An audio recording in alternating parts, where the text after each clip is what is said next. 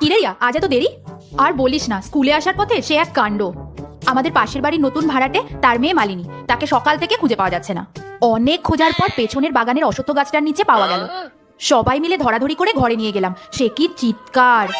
আমাকে ছেড়ে দাও, যাবো না, আমাকে ছেড়ে দাও, যাবো না। তারপর হঠাৎ অজ্ঞান হয়ে গেল। প্রথমে সবাই ভেবেছিলাম মেয়েটা বোধহয় অসুস্থ, ডাক্তার ডাকতে হবে। কিন্তু পাঁচু কাকা বলল ওকে রক্ত পিশাচে ধরেছে। কি চিৎকার করছিল, লাফালাফি করছিল। কোনো রকমে পাঁচু কাকা কি সব জড়িবুটি দিয়ে ওকে ঠান্ডা করলো।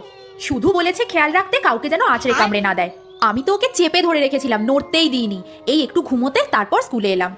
তুই ঠিক আছিস তো? হ্যাঁ, কেন বলতো? তোর হাতে ওটা কিসের দাগ? এইটা কিছুতে চিড়ে গেছে হয়তো, দরজায় টরজায় হবে। ও ঠিক আছে তো? এই রিয়া, রিয়া